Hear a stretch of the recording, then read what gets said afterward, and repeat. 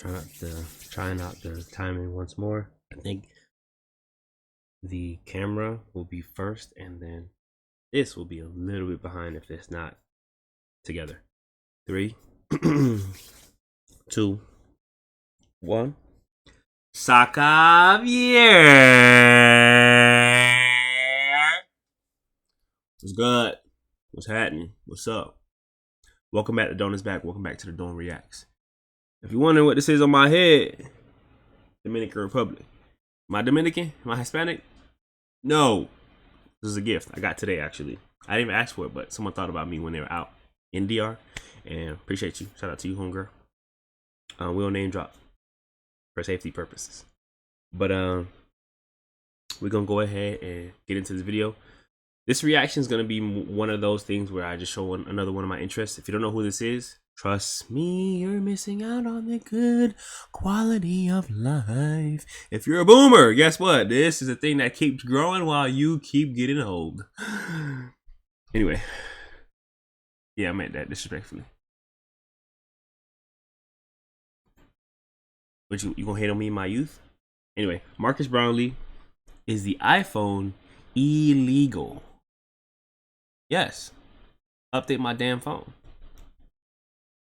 So if I build a new lens and my lens, for all disclaimer purpose, okay, I'm into technology for gaming, photography, videography, and quality of life.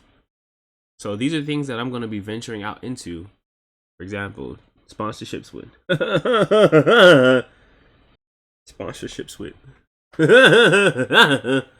and other things of the like, you know, better quality of life. Let's get into it. Kawhi Leonard.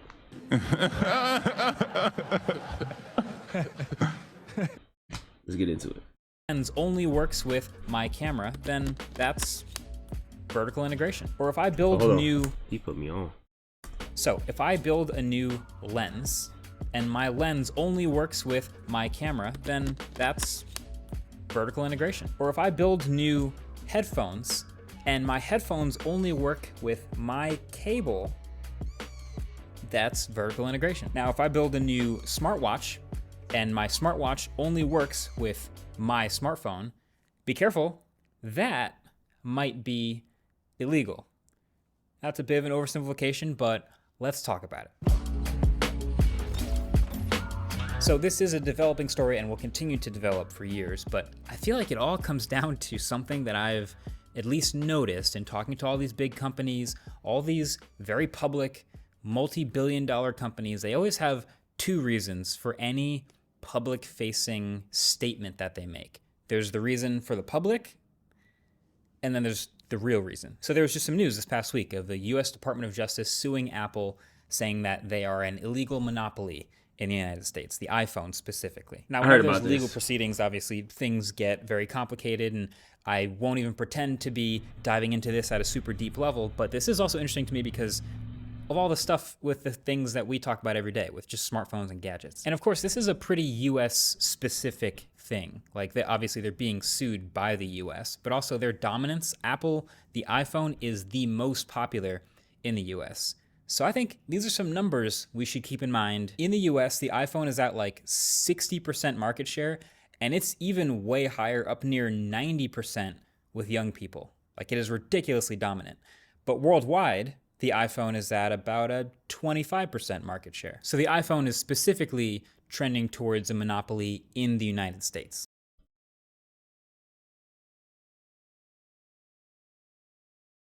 There's some things that will be said all throughout the history of the channel that hit, and I'm going to do that for a moment of silence.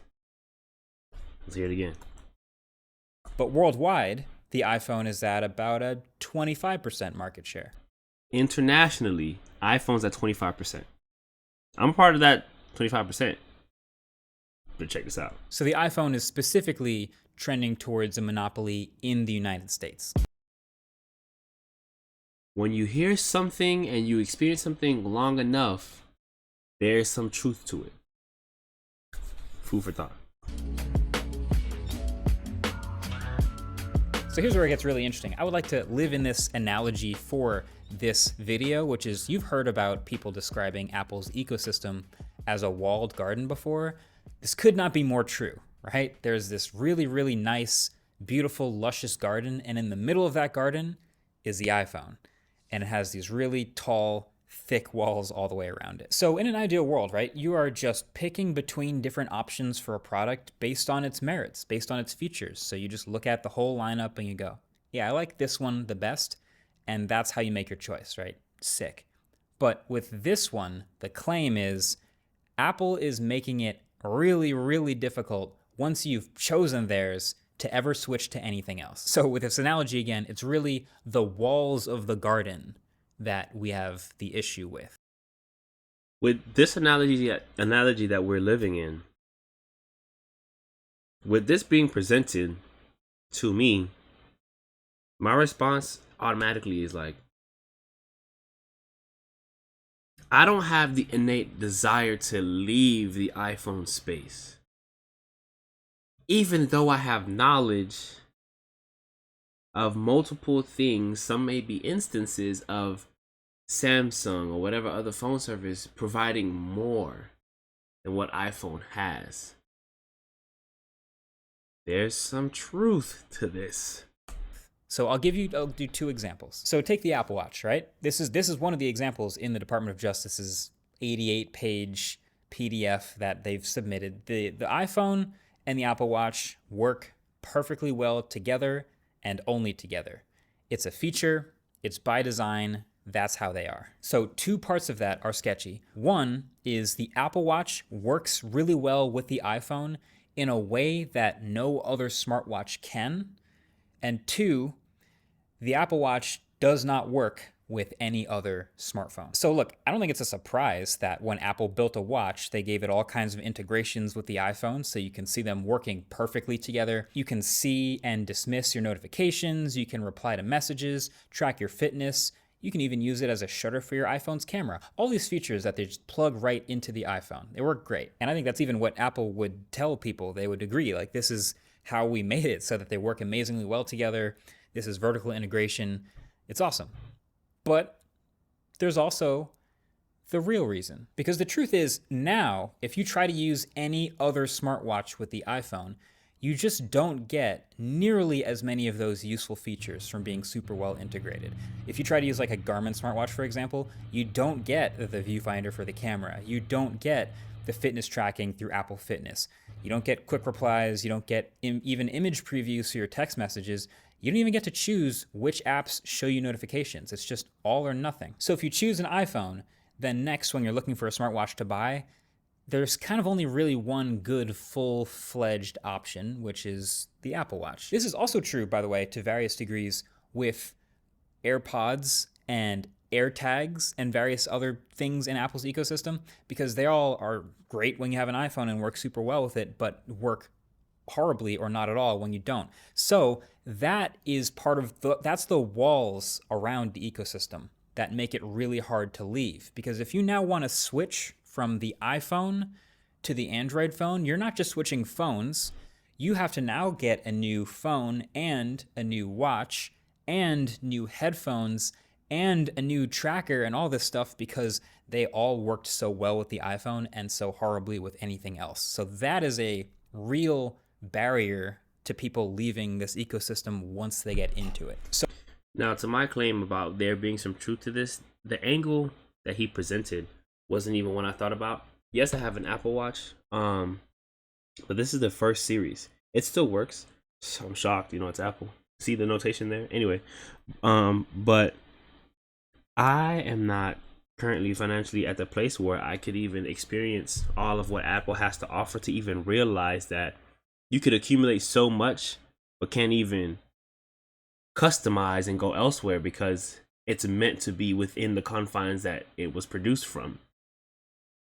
I can see that. I can see how that's restricting, and honestly, I feel like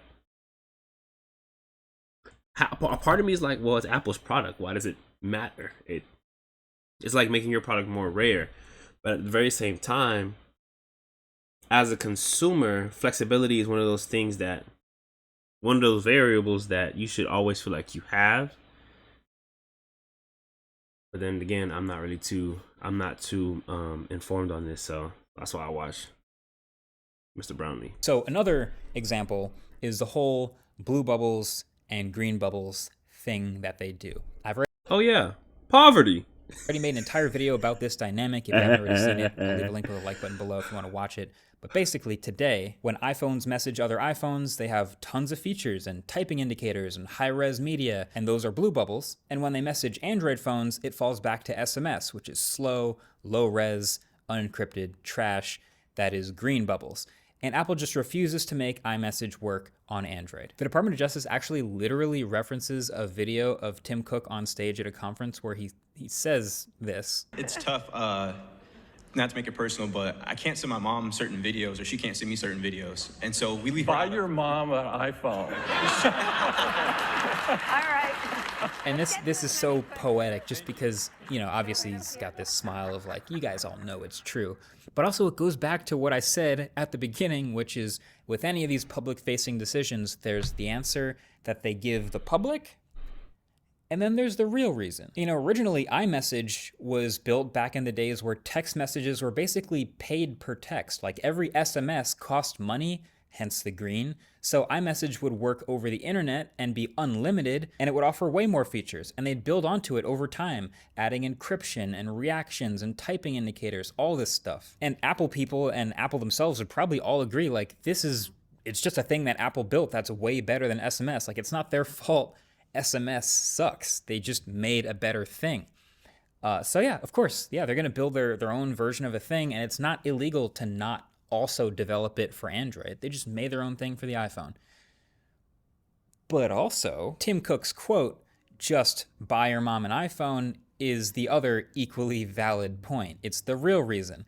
There are plenty of internal emails that have surfaced over time with Apple executives openly talking about how giving iMessage to Android would make it easier for people to switch to Android from the iPhone. iMessage is clearly one of the walls of the ecosystem, and it's probably one of the biggest, thickest walls. Like, ask any young person in the US today why they use an iPhone, and I think a lot of them would probably tell you something to do with iMessage. So, is this stuff that they're doing illegal, I guess is the question. Or maybe even another way to phrase it is Apple making other products worse, or are they making their own products really good and then not letting other things outside the ecosystem have access to those things?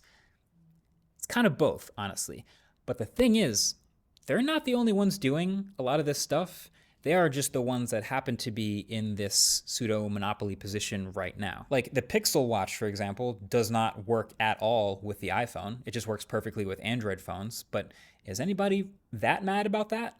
You know, RCS is announced to be coming to the iPhone at some point in 2024, but I can almost guarantee it'll probably still be green bubbles. It will probably be the absolute bare minimum of supporting RCS, and they will probably still be delineating very clearly between iPhone to iPhone iMessage and iPhone to Android something else. And there's even more to this lawsuit, like Apple Pay is another one, how no other services can use the NFC chip on the iPhone.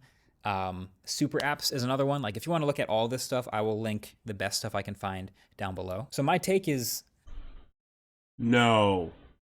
Apple is technically, yeah, guilty of all of these things. They're doing all this stuff. But in the walled garden analogy, it's like they have built up a really, really nice garden. And Apple would say, like, look, our garden, it's so green and luscious and beautiful. They've built the most beautiful garden with the most people in it. But they've also built up the biggest walls around that garden. And so Apple would love to say, look, everyone's chosen our garden and they're all staying in our garden. That's how great it is. But even if you saw another greener, softer, better garden somewhere else, the walls to escaping to getting to that are just way too high. So it's less that each individual thing that they're doing with the products working well together is illegal, and it's more that they feel like they have to do something about this one company having so much power and control in smartphones, which is here, it's essentially a commodity. It's just like a thing that everybody has. So I want to leave you with this. You remember at the beginning when I talked about how Apple's ridiculously dominant in the US and these crazy numbers, like 90% of young people? The crazy thing is they're super, super popular here, but as I mentioned, they are not a monopoly anywhere else. And why? Why is that true? How are they so popular here and they're doing all the same stuff in other places, but they're not a monopoly in other places? And so I think of China, for example. China is another huge smartphone market where WeChat is kind of like this super app. It's a huge thing. Like, it's messaging, it's payments, it's also calling a taxi and also paying your bills and ordering food, groceries. Like, WeChat is everything. So just as long as your phone has WeChat, then the rest is kind of doesn't really matter. It's up to you. And so in China, there's this incredibly vibrant, innovative landscape of all these smartphone manufacturers competing like crazy, like Huawei, Xiaomi, Oppo, and iPhone is in there too, but they're all just competing ruthlessly with hardware features and with other stuff to try to get your attention to maybe pick their phone, because it's just what you're into. They all have WeChat. So in a market like that, people will buy your phone based on if it's actually better or not. Meaning there's lots of gardens and very few walls around those gardens. That's what a good competitive landscape looks like. Now, what would be maybe illegal or a wrong thing to do is if WeChat, or the makers of WeChat, if Tencent made a phone and then they gave their phone special access to certain parts of WeChat that suddenly no other phone could get, then monopoly. So this lawsuit and all this legal versus illegal stuff, it's mainly just a way to try to poke some holes and get closer to that level of lower walls and more competition that makes everybody better. Then we're actually competing on innovation again. But it's something that will be evolving for a long time over time, so it'll be interesting to keep an eye on. And speaking of things that might be illegal, shout out to Dbrand for sponsoring this video. So you might have heard about, unless you've been living under a rock, you've heard about their grip case by now. So I got their latest Hydro Dip cases here, and I gotta say, the name matches it perfectly.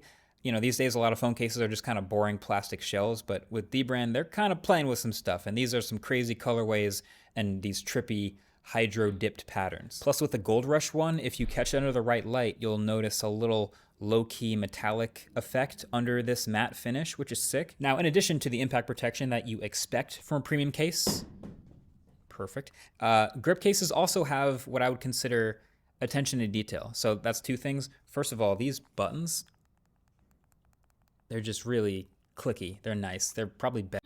Yeah, if you're a case person, I would say at least. No! Hey man, nice, easy. I enjoyed it. Hope you enjoyed it too. This is one of my interests. I'm gonna get into it. I'm gonna use this channel to segue myself into this atmosphere and see what I can get from it. See what it can get from me. You know what I'm saying? See what God has for me and has for me, what He has in store. But I'm out of here. Gonna edit, drop in, call it a day. SAKAP! Yeah!